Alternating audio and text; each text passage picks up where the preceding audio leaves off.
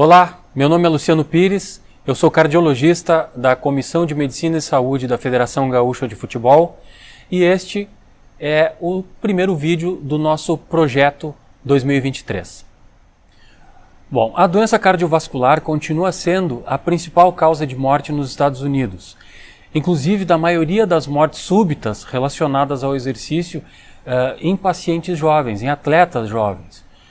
E em função dos benefícios dos esportes e dos exercícios e do aumento da adesão da população a eles, em função disso, é importante a atuação dos médicos que trabalham com cuidados primários no sentido de evitar que esses eventos acabem acontecendo.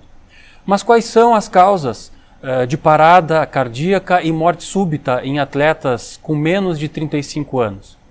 Em geral, são desordens na estrutura ou na atividade elétrica do coração que podem ser congênitas ou adquiridas, tais como doenças do músculo, das válvulas cardíacas e anormalidade das artérias coronárias. Aliás, é frequente a morte súbita inexplicada, em que a autópsia é negativa, o que implica em um problema elétrico do coração que não pode ser identificado após a morte. Algumas causas mais específicas são, por exemplo, a miocardiopatia hipertrófica, que é um aumento da espessura no músculo cardíaco, considerada como a causa mais frequente de morte súbita em atletas, sendo inclusive mais comum em atletas negros. Os sintomas são causados pela obstrução do fluxo sanguíneo na saída do coração para a aorta, e são dor torácica, falta de ar, desmaio, mas na maioria das pessoas portadoras, o primeiro sintoma pode ser morte súbita, uma parada cardiorrespiratória. O eletrocardiograma é anormal em 96% dos casos e a ecocardiografia, em geral, é suficiente para diagnosticar, mas eventualmente é necessário que se realize uma ressonância magnética cardíaca. Bom, essas pessoas não podem realizar exercícios extenuantes ou esportes competitivos até que se faça uma investigação mais aprofundada e o tratamento ideal seja então determinado. As sociedades médicas de cardiologia consideram a miocardiopatia hipertrófica como contraindicação para todos os esportes competitivos, com exceção dos de baixa intensidade.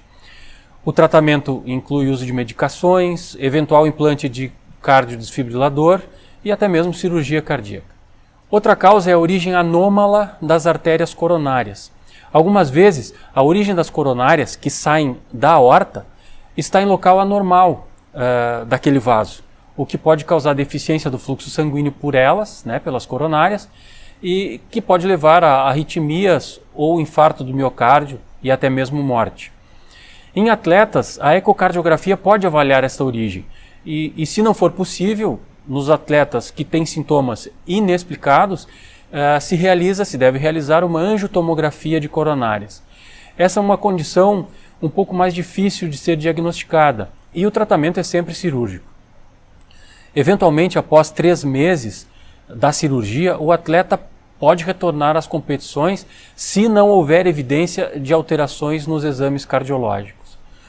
Outras causas são as anormalidades elétricas do coração.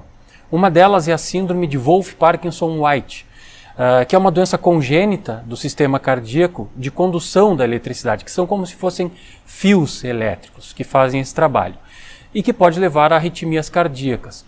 O eletrocardiograma é muito característico e é fácil de identificar.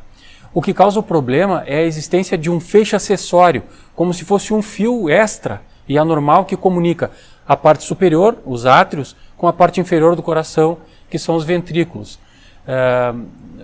E isso pode causar, vulgarmente falando, um curto-circuito que desencadeia essas arritmias.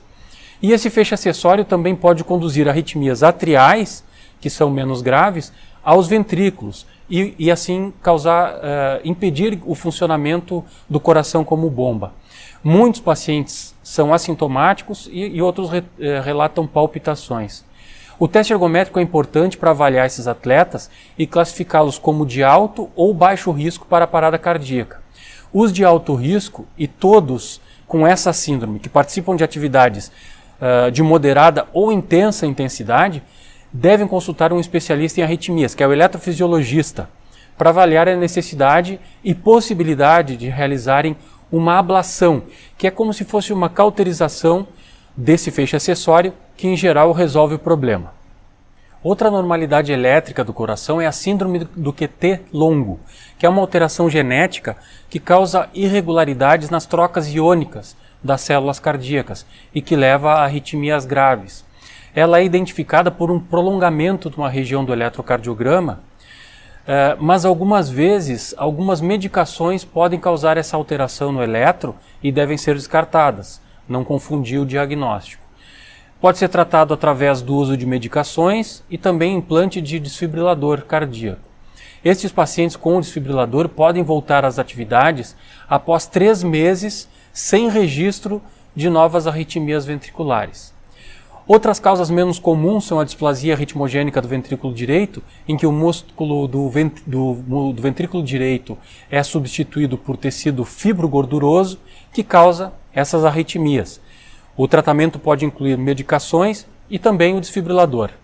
Nesses casos, é recomendada a restrição aos esportes competitivos, eventualmente com exceção para os esportes de baixo risco. A cardiomiopatia dilatada é um aumento importante dos diâmetros das câmaras cardíacas e é recomendado restringir as competições os atletas que são sintomáticos após se realizar o diagnóstico. E tem ainda a dissecção de aorta, que é um rasgo da parede da aorta, as miocardites, que foi o caso do Eriksen da Noruega, da Dinamarca, e outras arritmias cardíacas graves. Miocárdio não compactado também é uma causa, e o cobolchocordes, que é um trauma cardíaco causado por um impacto direto no peito por um objeto contundente.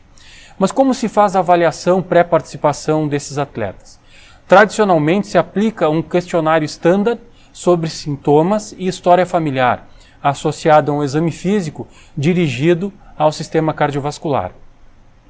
Havendo respostas positivas a respeito de sintomas, como dor torácica ou desmaio durante esforço físico, se for identificado um sopro cardíaco ao exame físico, ou se houver na história familiar uma história significativa de doença cardiovascular ou morte súbita em idade jovem, ou seja, com menos de 40 anos, classifica essa triagem como positiva e indica a necessidade de investigação adicional.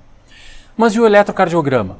Bom, o uso do eletro permanece como um assunto de debate considerável. A Sociedade Europeia de Cardiologia recomenda o uso rotineiro do eletro na avaliação pré-participação, enquanto a Sociedade Americana do Coração não faz. Já a Sociedade Médica Americana de Medicina do Esporte sugere que se considere o eletrocardiograma em atletas de alto risco, quando a interpretação acurada por alguém experiente e recursos cardiológicos diagnósticos estão disponíveis.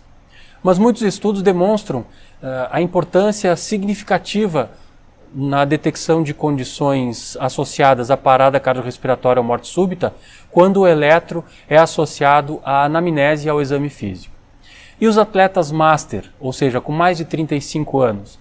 Nestes, o objetivo é a prevenção de eventos coronarianos agudos e parada cardiorrespiratória precipitados pela doença arterial coronariana pré-existente.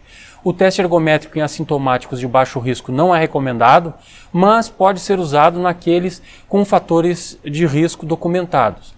E em casos selecionados desses atletas, a angiotomografia também pode ajudar a avaliar o risco. Obrigado, pessoal. Esse era o recado de hoje. Lembro que na descrição do vídeo nós temos as fontes das quais produzimos esse vídeo de hoje. E convido para que nos próximos vídeos do projeto vocês estejam sempre nos acompanhando. Abraço.